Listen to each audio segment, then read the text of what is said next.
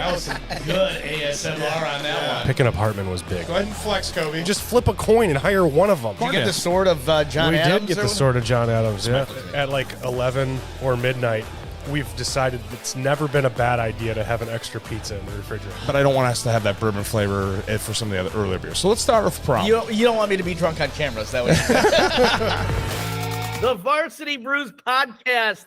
I'm pulling my hair out, guys. What a day. What a day. So it's 4:30 and Notre Dame's not in a bowl yet. What's going on here?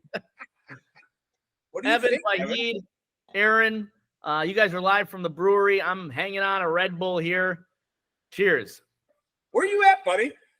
I'm in the city that never sleeps. New York City. Nice. The city's so nice, they named it twice. That's right. The playoff committee asked me to come here to check the temperature of all the teams. No, I'm just kidding. There you go. Let's just dive right in, guys. What an insane day. We knew it was going to be kind of crazy because of the way the games ended yesterday. Georgia getting ousted by Alabama. And the playoff committee earlier today announcing the top 4 teams. Michigan, number 1. Obviously, that was a no-doubter. Number 2. Blue. Let's go blue. Washington Huskies coming in at number 2. Number 3 that's was 2 for 2 picks for me, by the way. Yeah, right he there. did pick that. When Texas came on the board, I said to myself, Alabama's getting For in. sure. Because they weren't going to put Alabama and Georgia in the Orange Bowl. No. So you knew that 4th team was going to be Alabama, and surely it was, and we have chaos. Chaos, of course, Florida State feeling the Notre Dame pain from 1993. But what do you guys make of the top 4? I know we kind of called this yesterday. We said, hey, we were all in agreement this would be the top 4. But how do you feel about FSU being left out? I mean, that's a tough one for me. I mean, you win all your football games in a Power 5 conference. You know, we're not talking UCF from a few years back, but I understand it. You know, if you're looking at the eyeball test, Texas is playing tremendous football right now. That's true. Alabama is they are dangerous right now.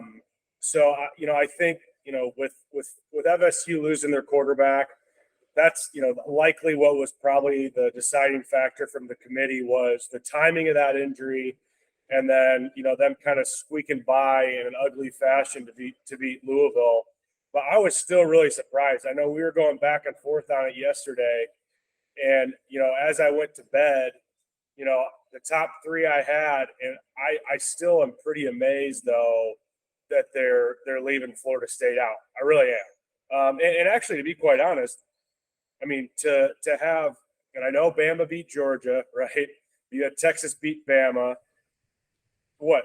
Georgia had won 29 straight, and that's their first loss, and they're not even going to make the Final Four after coming off and winning a national championship. You know, I'm not saying they necessarily deserved it, but their body of work over the course of the last 4 years, you know, they got to be pretty upset too. I don't know. I think you know, where it stands right now. I mean, I don't know if you saw the reaction from the Michigan football team playing Alabama. Anybody cheering in that room? I'm telling you right now, you know, I don't think anybody wants to play Bama. Nobody wants to play I don't Bama. think anybody wants to play Texas right now either. Yeah, Like, Texas is hot. both I of don't those think teams Texas are can win at all. Michigan's just been really steady the entire year, you know, but both Texas and Bama right now coming in this Final Four. And granted, there's going to be almost a month off. So it's not necessarily like you're taking a lot of that momentum from the regular season and playing those games, you know, into this. And I'm curious, you know, how the setup is going to be next year with 12 teams. You know, are you going to take maybe a week or 2 weeks off and then start playing? I know from a player's perspective, that month off we didn't like. You know, there's this huge gap between, you know, some of the cohesion, the chemistry that you developed to finish the season. You got conference championship games, and then you wait a month. So, you know, I don't envy the committee, you know, having to choose from really 4 one-loss teams, you know, in Ohio State, Georgia, Bama, and am I missing one? Well, and then an undefeated Florida State team. Yeah. it was really close this year, and with the way college football has gone, there's a ton of parity. But I like this Final Four. I think it's going to be really competitive. You got Michigan, Alabama out of the gate. I mean, it's setting up to be a really in the Rose Bowl too. In the Rose Bowl, baby. Freaking sweet. I mean, listen, college football. Let me send a congratulations out to ESPN for eating up those ratings over the last 24 hours. Wow, buddy. Oh, holy cow! Because wait till there's 12 teams too when you have like a December Madness, I forgot about NFL football today. That's how entrenched I was in this whole thing. I do believe that Florida State got a raw deal, and here's why. Because one of the reasons that the commissioner gave, I just saw this interview about 20 minutes ago. It wasn't great. No, it wasn't a great explanation. You're saying, because of the quarterback and the way they're playing. If I recollect, in 2014, Ohio State played with his third-string quarterback and won the whole thing. So that's not really – I just think this is a personal thing. I don't think the ACC has ever been super cozy with the college football playoff committee. I think the committee looks at – it's the lesser of the conferences, I think, in a lot of people's minds. I mean, you look at Big Ten and SEC as kind of the top two programs or top two conferences. And I mean, you look at the conference realignment even going into next year. I mean, look at the top 10. It's all Big Ten and SEC schools outside of Florida State, right? Right. And I mean, we're getting closer and closer to those two super conferences that are going to be run by, the media corporations, I think, is part of it. The ACC and whatever's left of the pack next year, they're going to be on the outside looking in. Now, granted, 12 teams is going to help that for the pack and for the ACC and even for Notre Dame too, because if you're Notre Dame and if they can somehow manage to win 10 games with half a team next year, they're going to be in. So I don't know. But here's the thing, Vahid, is you're right. It was a raw deal, but is it really surprising of the NCAA? Because whatever precedents they set, they never adhere to. I mean, and we're talking wide ranging from, I still laugh at, I don't think we have a good idea on what targeting is and why you're ejected from the game, to how NIL is and how the transfer portal has turned college football into this free agency Wild West market that really the whole landscape is different. It could be different every year. If you're a player and you have a one opportunity to transfer and not sit out, I mean, teams rosters across the board can look completely different.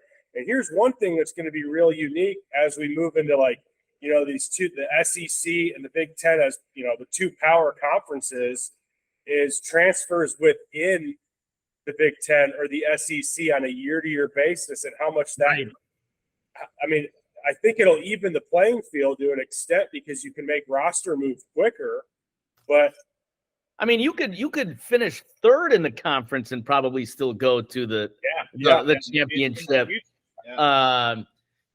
Let's just do a resume comparison between Alabama and Florida State. Just kind of for the folks at home who want to know, hey, what was it a little deeper about those two teams? Alabama was fifth in the country with their opponents ranking, 55th in the country for Florida State with who they played. They played. For sure. There's no doubt about that played into it. Well, I think State played a Louisville team that couldn't score. I mean, if they had Joe Montana at quarterback, I mean, Louisville. I'm seeing tweets on here from other media members today saying, I still don't get how Notre Dame lost to Louisville. Unbelievable. So, Vahid, I really think that the committee looked at the body of work. I think they approached Florida State as a one-loss team.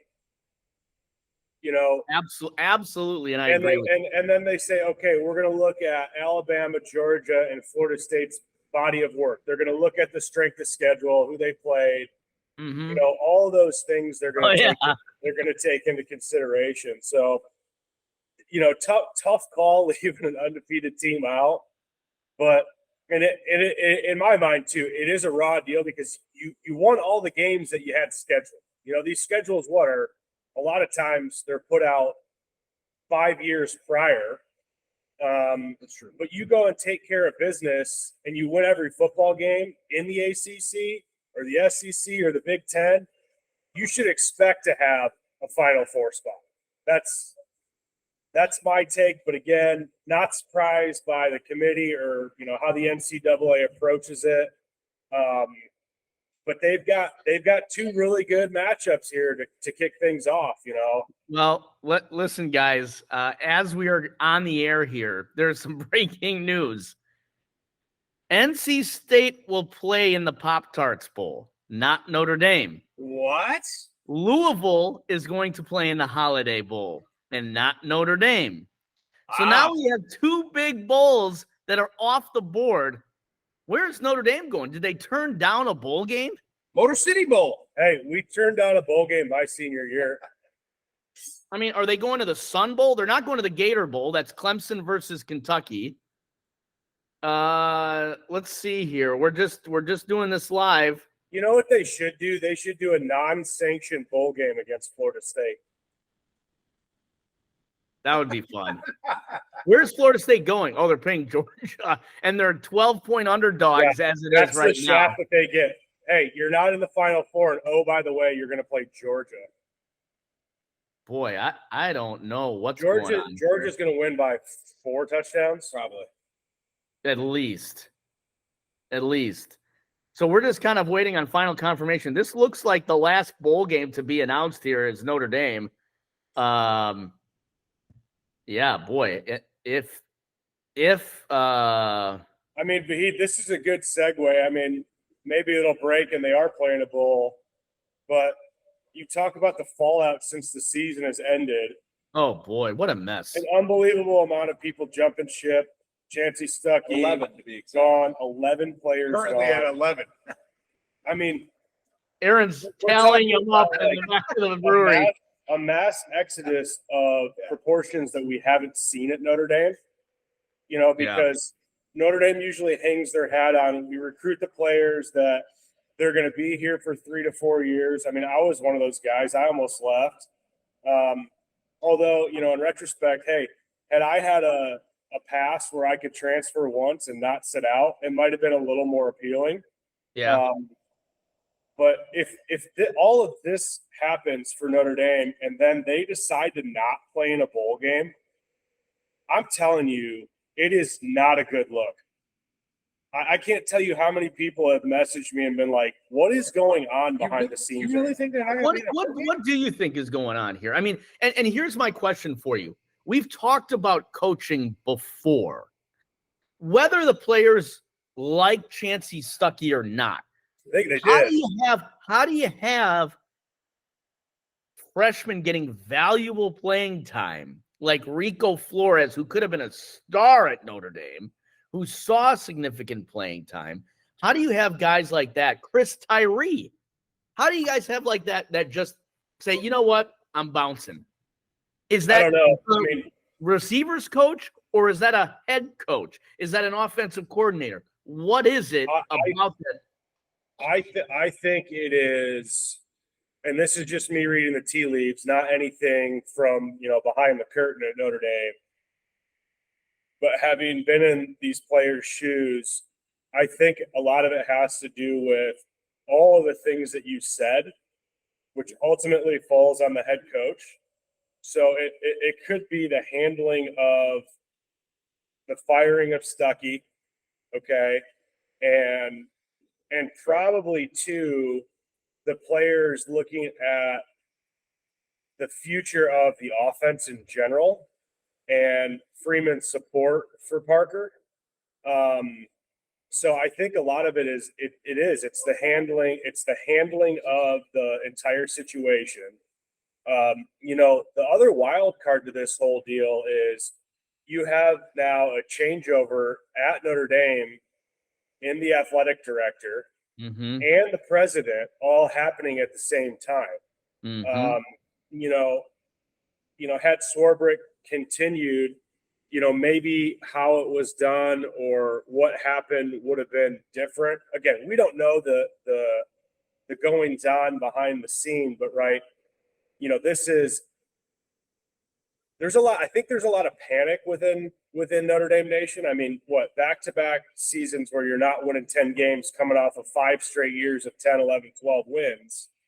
And I mean, I said it last year, it's a step backwards. That's crazy to me, Evan, though, that you have like a 9-3 program that you're panicking at a 9-3 program. But that's because you had 5 years of 10, 11, 12 wins. And it wasn't like there was vast change outside of I guess losing your head coach is a vast change, but they hired from within, they promoted from within. So you lose the head coach and you lose an offensive coordinator, which, all the slander early on. And I was probably I was probably on that boat after watching the Middle Tennessee State game that Alabama played and Texas. But, and I said this on an early podcast, Saban is going to earn his paycheck this year, and that dude did. And I'm sorry. It's like a snake. To interrupt you for a second, to add insult to injury, your former offensive coordinator now is talking mad shit because he is in the college football playoff. Yeah. And here's the thing I like to point out too is it? Oh man. This might be mean. I don't know. But again, I think had Kelly been the head coach this year and Reese was still the offensive coordinator, I think they're in the college football playoffs. You think they're undefeated? I don't know if they're undefeated, but I'm just telling you that there would have been changes made in that offense similar to kind of what we saw. I mean, game 3 following Texas, Milroe was benched. Yeah, everybody forgets that. I was going to ask you, do you think you would have ever imagined when you went to that game? When was that? No chance. Was it September? And then watching the Texas game, no chance. But they just quietly got better. They got, more consistent. Milroe was able to start to make some plays with his arm. Gave some extra money to the players. And you look at that game against Georgia. He started out 0 for 6 or 0 for 7, but was still making plays with his feet, and then he settled in throwing. So I don't know what to say about this Notre Dame program right now. I hate to say it, but it's at a crossroads. I mean, I'll see you at the crossroads. By the way, and Aaron, you guys lose 11 players. That's a little bit of an exodus. And also too is I don't think that Notre Dame is a program that's built to take advantage of the transfer portal to fill the needs that they have to have this year. Mm-hmm. Is it maybe they get 1 or 2 guys per year, a good quarterback like they got in Sam Hartman, maybe a running back or a defensive end here and there, but to go out and have to get 10 to 15 players to fill spots by guys that are leaving who played meaningful downs. We're not just talking about guys that hadn't played or, wanted to be closer to home. Next year, and I said this before all this happened, is if the writing on the wall for me was next year was 8-4 or 7-5. So if that happens, Vahid, and I don't think you can fire a coach after 3 years, but that 4th year for Freeman, if he does not win 10, 11, or 12 games, I think something changes. So here's the question. Let me just say this, number one, from a media source here, Pete Sampson. We all know Pete. He said that it appears Notre Dame will be playing a bowl game in Charlotte, El Paso in the Sun Bowl, or New York in the Pinstripe Bowl. Oh, buddy. Man. See, I was here talking to the personnel about Notre Dame's bowl game. No, I'm just kidding. But my question for you, Evan, was this. On that point, right? On that, what were you just talking about? We were talking about the last point that you just made. Kind of just state of the union at Notre Dame. I mean, the mass transfers, and this being really a pivotal, or I think a crossroads for the program, because I mean, you look at Willingham to Weiss, Weiss to Kelly. Okay? I still think Willingham was fired too early. All right. But Weiss came in and he did a lot of things on the non-football side that brought Notre Dame back to a position where they could build some credibility and some consistency on the football field. Okay. Right. His miss was his inability to connect with college athletes and develop those college athletes. You don't have to do that in the NFL. They're in the NFL because they're already good. Right. And there's not turnover. Managing personalities. Too, it's a business. All right. So I don't often give Charlie Weiss credit, but I will in this specific situation because he did leave the program better than he found it for Kelly. And then Kelly was able to take that with, some years of, I guess we'll say, mediocrity into a decent season or two. You had the lightning strike in 2012, that was early on. And then following that 4-8 season, and it's funny because I've talked to some ND fans about this where, I bring up the fact that Kelly had to make some tough decisions following that 4-8 season. And most people are of the opinion that it wasn't him. Yeah. So I think, and I'm not a Kelly stan, Vahid. I'm not. But I think the Kelly slander from the Notre Dame fan base is a little bit misput because regardless, those tough calls, it's not like he was, sitting at his house and wasn't part of those discussions. Now, maybe he fought for strength and conditioning coach to stay the same or some, coordinators and assistants to stay the same.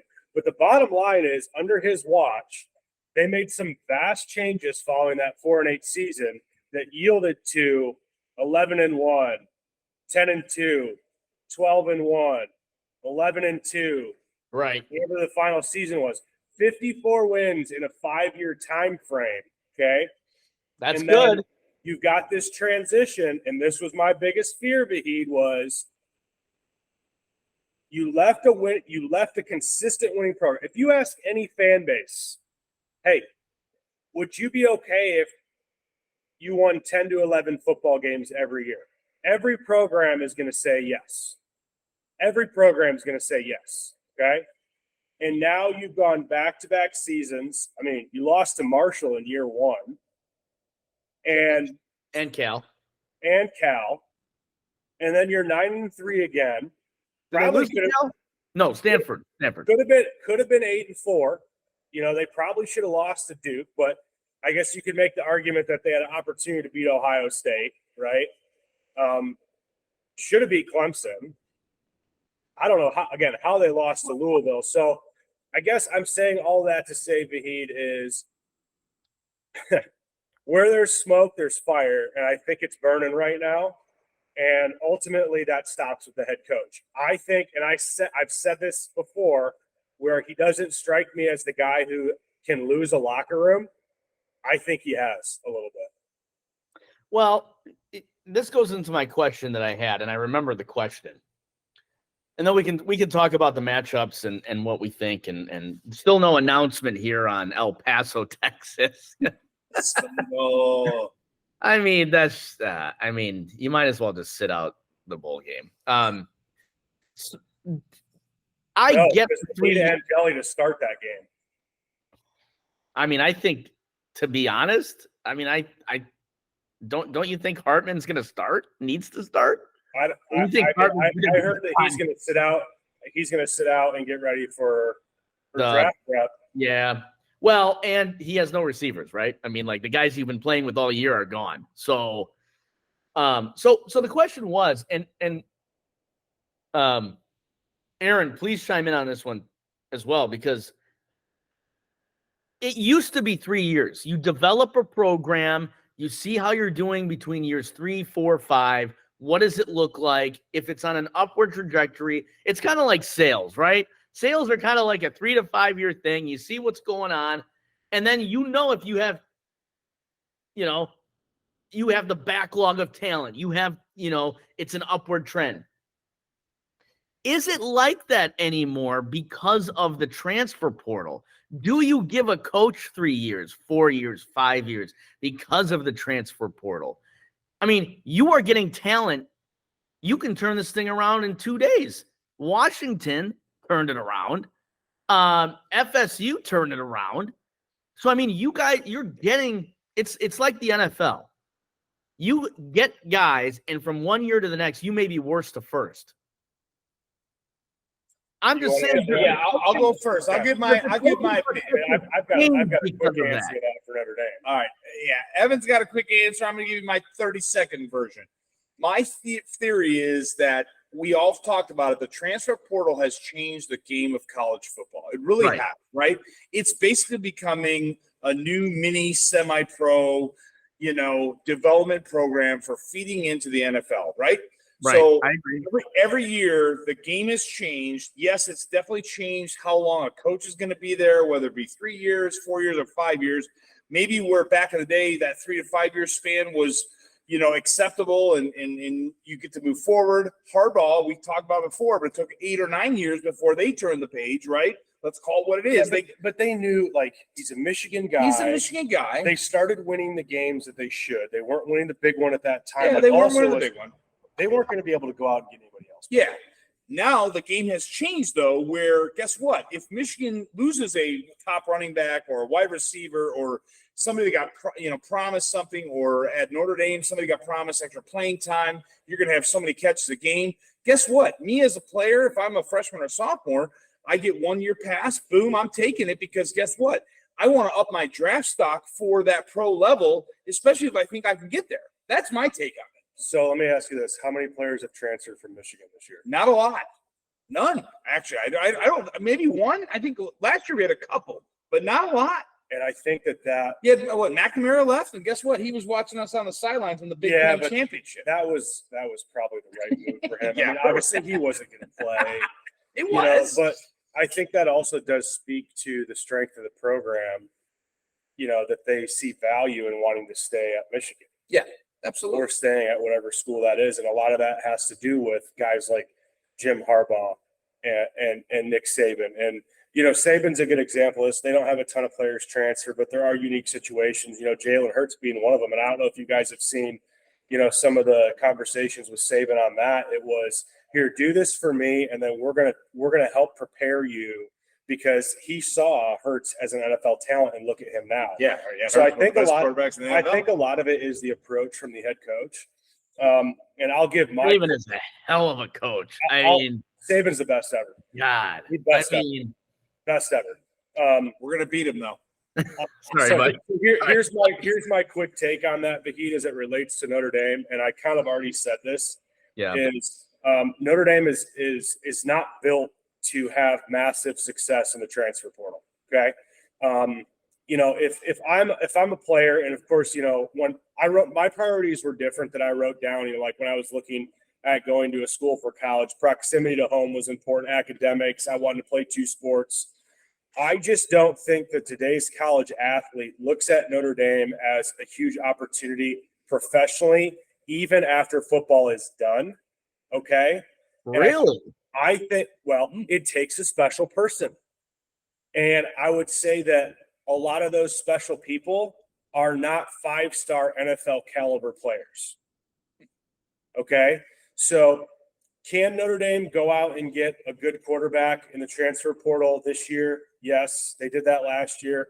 But again, that's why this mass exodus it's telling to the program, and also I'm telling you, it's like a triple option football team down 3 touchdowns in the fourth quarter. That's what it is. They're not built for it. Notre Dame is not built to go out and get 10 to 15 players in the transfer portal. It's not Deion Sanders at Colorado, who can do that type of thing. But Notre Dame is going to have to.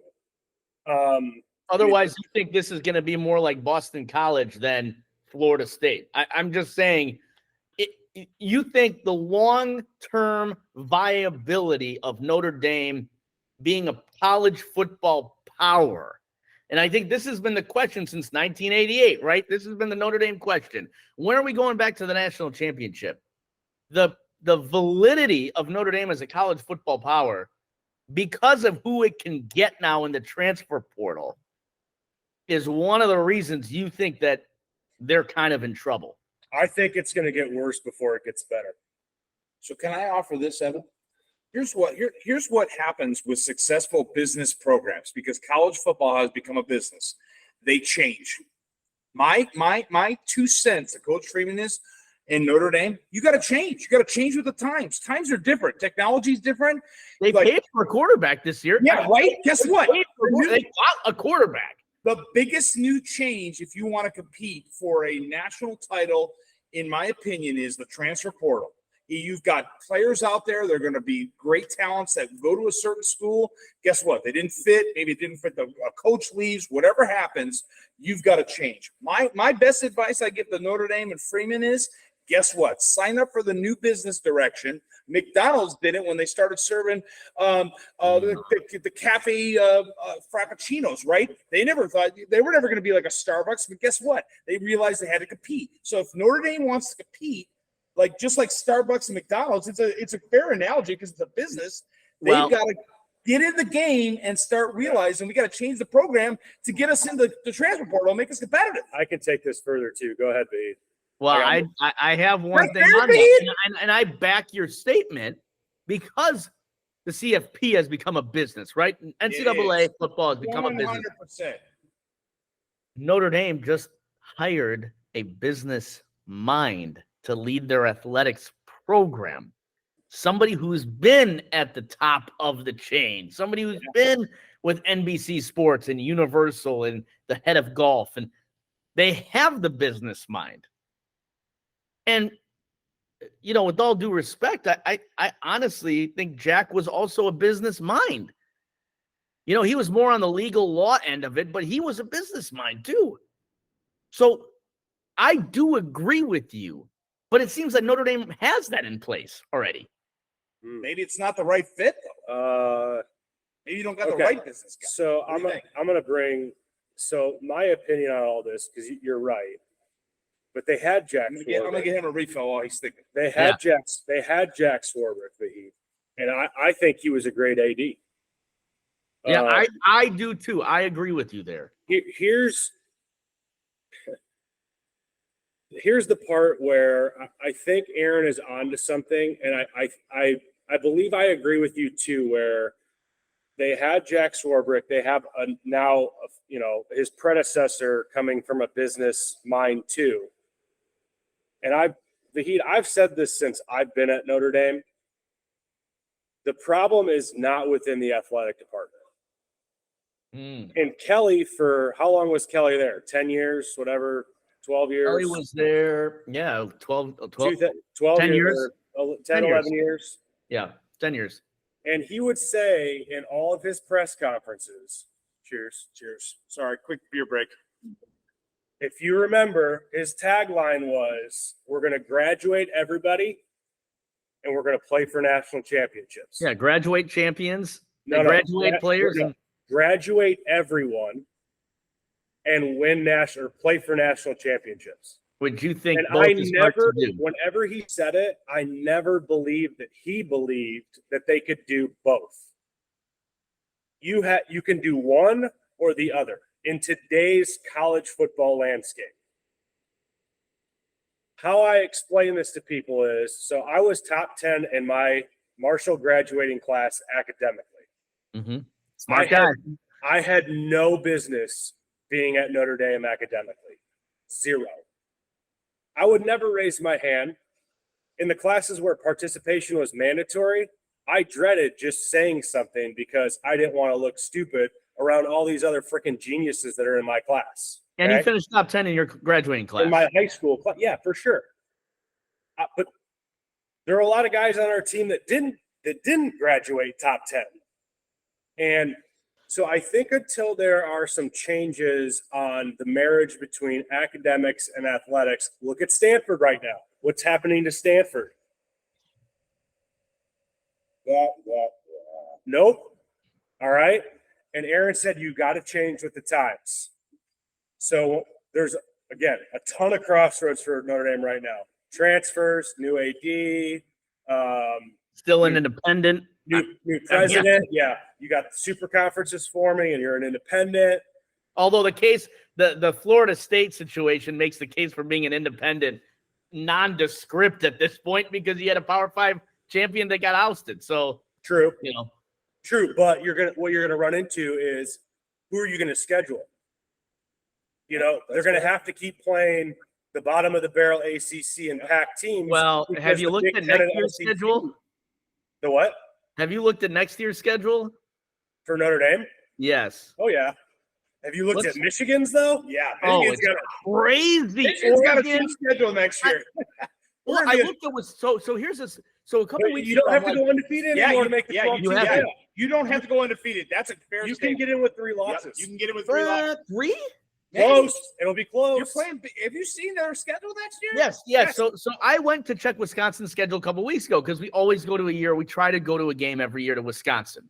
By the way, Plugola, they're playing LSU in the ReliaQuest Bowl.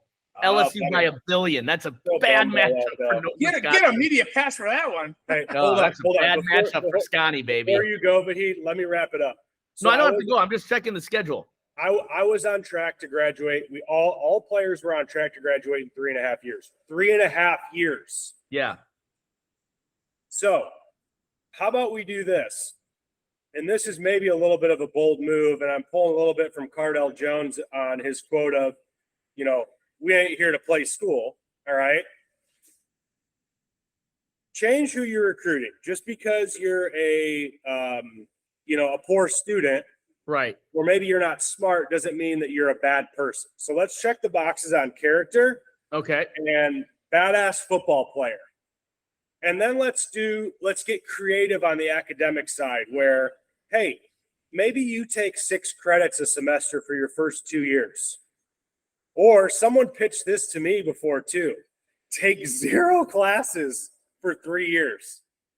Just play football. And then, you know what? Let's say you go to the NFL, but when you're done with it, we're going to pay for you to come back and get your education, and you're going to do it. You'll sign paperwork to do it, okay? And those guys that don't have a window to go to the NFL, they're going to want to get their degree anyways.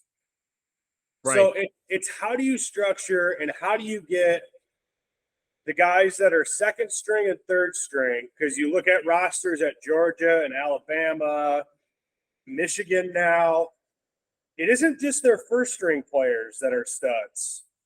Second string, third string guys are too. And I think a lot of that is the approach to how you balance academics and athletics. Right. If you ask any Notre Dame fan, hey, this guy, he had a 2.0 GPA in high school. He's really good at football, and he's a good kid, and it means that you win 10, 11, 12 games at Notre Dame. Do you really think that as an alumni that they're going to be upset that or try to pitch the argument of, you know what, my diploma is tarnished now because this guy right here who was, bottom 5% in his high school graduating class got into Notre Dame. Mm-hmm. I just don't think you can have your cake and eat it too. Brian Kelly took that program to as high as he could. Right. And played for a national championship. Got smoked, but played for a national championship. So until there are some big changes on the academic admissions, all of those things, and that's something that Weiss did, and actually Willingham did too.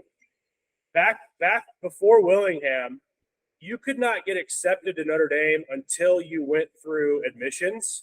They couldn't even offer a scholarship till the admissions department accepted you as a student, and that got changed. But imagine running a football program where you can't extend an offer until you determine whether or not that person can qualify through admissions. It's the dark ages. But okay, I do agree. No other programs doing that. They're not. And I do agree. And Jack has come out and said so as well. Said, hey, you know what? If it's not for everybody, right? I mean, But if you want to win national championships, it's got to be for everybody. But he also said they have to win a national championship to stay relevant in college football. I mean, otherwise you're going to Toledo or MSU. Well, I guess what I'm saying is then we're going to the Sun Bowl, baby. We're going to the Sun Bowl. I don't know if we are or not, but what Notre Dame fans need to do then is they have to temper their expectations. That's fair. A lot of people on Twitter right now, buddy. Notre Dame still doesn't have a bowl game. What's going on? Social media is blowing up right now. How do you? First of all, they finished ahead of NC State, right? So wouldn't they be invited to the Pop-Tarts Bowl? I'm telling you, there's a chance they don't play. Notre Dame's going to Yankee Stadium next year. Do they play 2 games in a row at Yankee Stadium 2 years in a row? This is the Sun Bowl? It's 5:20 Eastern Central Time or Eastern Standard Time right now, and they don't have a bowl game. There's a chance they're not playing. That's crazy. It's actually crazy to think of. Well, I was just texting my group, and I said, wonder if they turned down a bowl game because those were the ones left. And the person said that would be crazy. And I said, 11 players leaving is also crazy.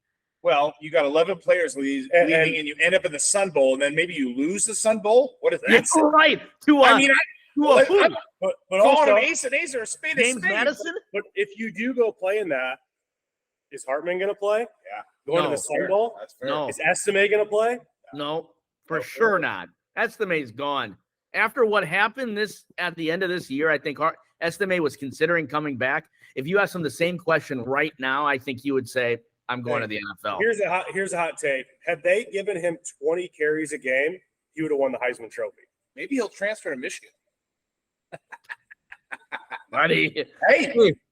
Hey. He's got one, right? Listen, can I say this tongue-in-cheek? Because this is what I like to do. Can I just officially say now that Notre Dame is a soccer school? Notre Dame soccer program is good. Hey, they're going to the Final Four, whatever you call it. I'll tell you what, they've always been competitive. Boy, you're right. We're sitting here at 5:21, and there is no bowl game yet. That's a little scary to me. I don't know. But there's still a couple bowl games left to be announced, I think. What do you think? Notre Dame Nation is getting nervous, buddy. What's your heart telling you, Vahid? Hold on. Well, time out. Hold on. I have to get the door, so hold on. What's happening? Vahid had to get the door, apparently. He ordered room service. Kenny Vahid Tarmac is on the road. While me and Evan are back. Let's pull up Audric Estime's stats this year. At home base, working hard. Okay. Boy, go game by guys, game. this is okay. Ready? here. ACC's Battle of the Bulls continues. Notre Dame, UNC, Virginia Tech, and Miami, destinations unknown, with the only openings are at the Duke's Mayo Bowl. Hey, although that's good mayo. That's actually they can dump mayo all over. Duke's Mayo is fantastic mayo. I'm not sure that's where I want to play, but the Pinstripe, Sun, and the Military Bowl. ACC's top 3 picks are the Pop-Tarts, Gator, and Holiday. Could not select the Irish, sources said. Wow.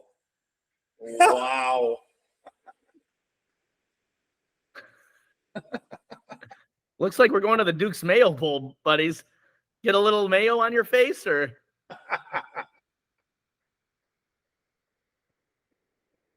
all right. That Wisconsin schedule. Let's hear it. All right. Wait, let's do the Notre Dame schedule first because I have it pulled up. All right. So the Notre Dame schedule is this: Saturday, August 31st, at Texas A&M. Loss, I would say. I mean, that's a tough place to play. If you were to look at the schedule and go win, loss, win, loss, win. Okay, loss. That's a loss. Northern Illinois University, September 7th. Win. At Purdue. Win. Miami of Ohio. Win. Although, hey. Come on, guys. These are tough teams here, okay? MAC champs, baby. Oh, yeah, MAC champs. Hey, I forgot about that. I had somebody throw out that Notre Dame should hire Chuck Martin. Ooh. They're 10-2 this year. Yeah, I know. Louisville at home. Loss. Stanford at home. Win. At Georgia Tech. Loss. Versus Navy. Win. Florida State at home. Loss. Hey, that's fair. Virginia at home. Win. At USC. Loss. So this is not a tough schedule, though, by any means. Like, we're not.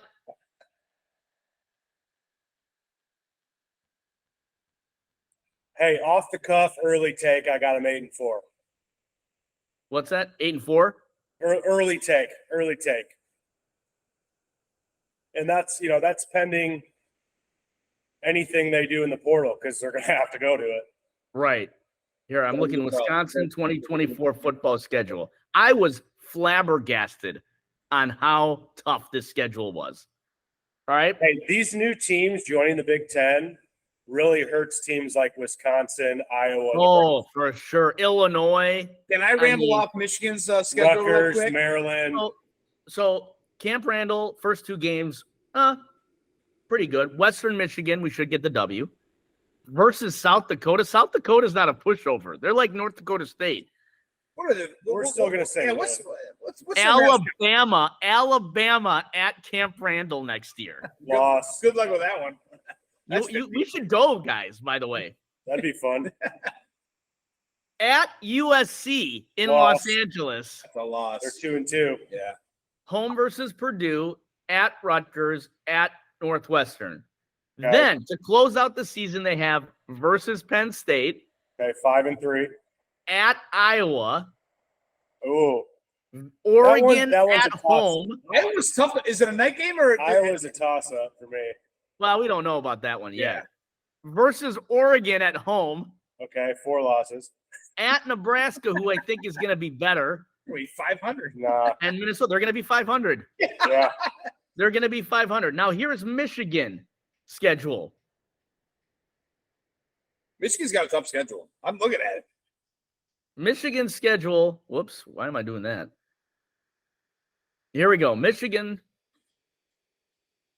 football schedule. Fresno State, Easy. Texas. Hard game. Viewers coming back. Hard game. Arkansas State, W. USC, tough game. I think they beat USC, though. Minnesota. Washington. Washington in Seattle. That's a tough environment. At Illinois Win. versus Michigan State Win. versus Oregon. No Bo Nix. Indiana, Northwestern, and Ohio Win. State. Boy, that is a grind. I don't know. I mean, That's a solid. I think it's a tougher schedule than this year. it is. It is. But so Penix is gone, right? Yeah, Penix. And Nix This is gone. Caleb Williams will be back, and Quinn Ewers will be back. So I think the 2 toughest games are Texas and Ohio State. Well, Ohio probably State has away. to go to Oregon and Penn State next year. But they I have a love pretty these big teams entering schedule the Big otherwise. Ten. You know what's starting? The start of 2 super conferences. Yep. At the end of the day, it's going to be the Big Ten and the SEC. My prediction: 4 to 5 years For what? for those 2 conferences to align. All these other, SEC and yeah, there's only going to be 2 major power conferences. We're talking about Power 5. I think it's going to be Power 2 when we're all done. You're probably going to have to rename them, maybe. I guess we're past 10 teams the last time I Way checked, past. right?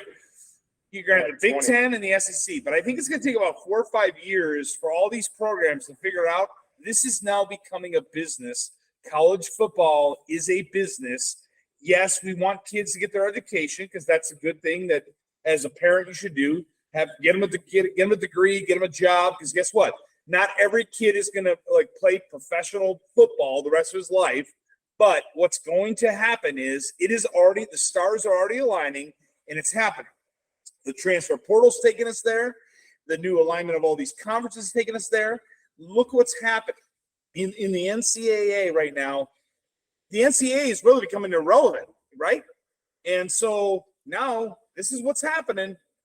We're going to 2 conferences. I'm saying 4 to 5 years. Mark it down. What's the date today? December 3rd, 2023.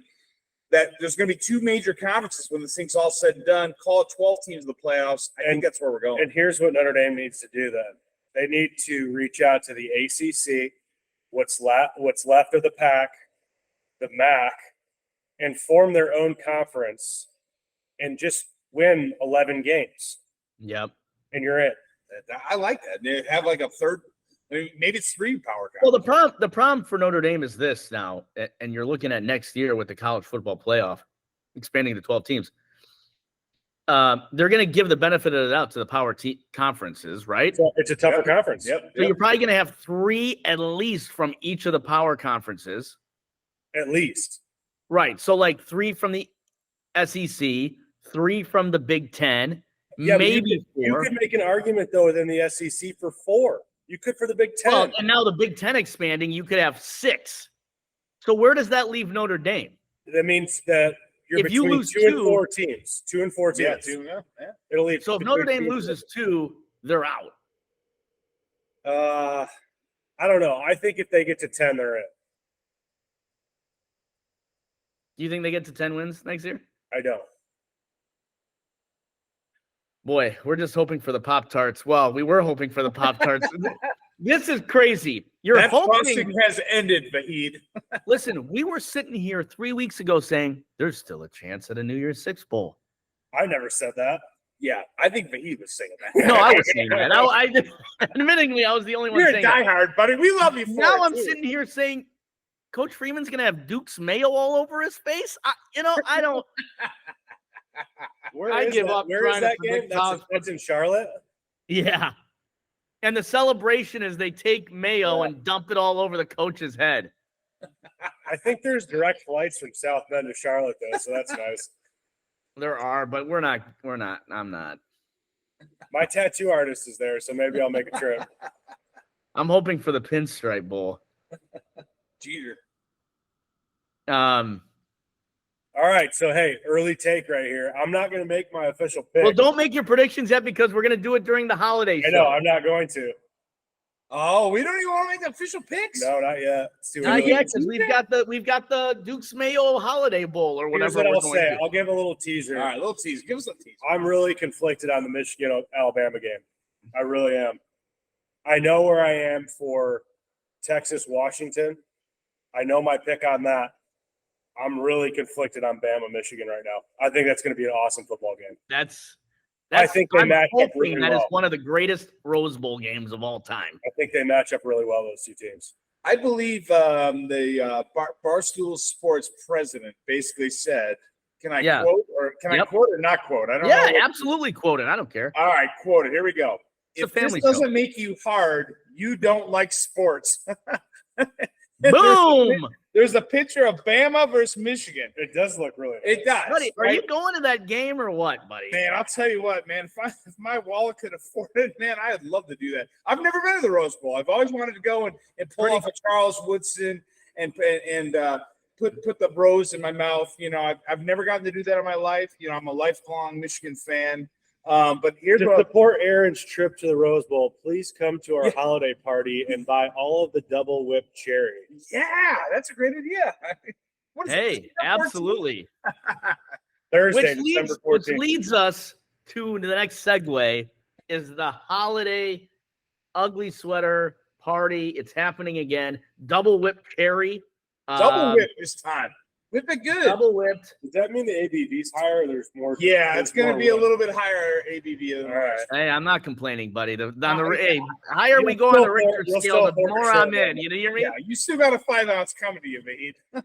So that is next Thursday, the 14th. We start at 5:30 p.m. Come with your best ugly sweaters. I'm sure Jules has picked out a winner already. Aaron, you said you got yours the other day. Oh, man, I got a ringer. I'm not even eligible, and I still got a ringer. And what else? What else we want to say about the holiday party? It's going to be a great time. We got Santa's going to be showing up, having a few beers. You know, if you want to come to a place where obviously you get to watch some sports, have a good time, have a good conversation. Obviously, life is busy, and it's always important to remember to slow down, you know, sometimes and enjoy a nice beverage, adult beverage, that is, here and there.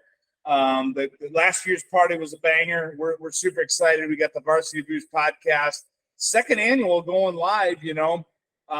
So yeah, it'll be a full house. Get here early, 5:30 to 8:30. But we're super excited about it.